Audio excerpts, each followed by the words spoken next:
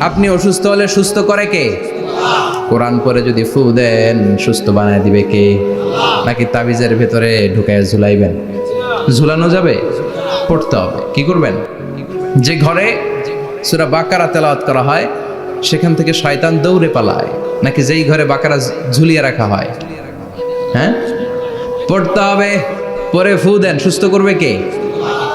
এই কিতাবের সর্বপ্রথম যে সূরাটা আল্লাহ দিলেন, ভূমিকা সূরা, এটার নাম হচ্ছে ফাতিহা।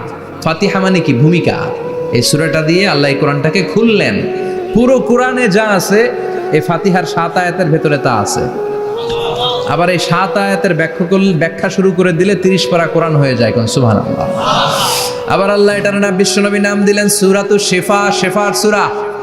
অসুস্থ ব্যক্তিকে সূরাতুল ফাতিহা পড়ে ফু দিলে সুস্থ করে দেয় কে?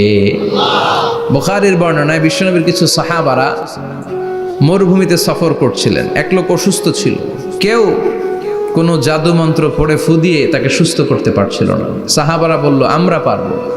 সবাই বলল তোমরা বেদুইন, পারবা কেমনে? যাও মিয়া। সাহাবারা বলল আমাদের কাছে এমন জিনিস আছে, এটা পড়ে ফু দিলে অসুস্থরে সুস্থ করে কে?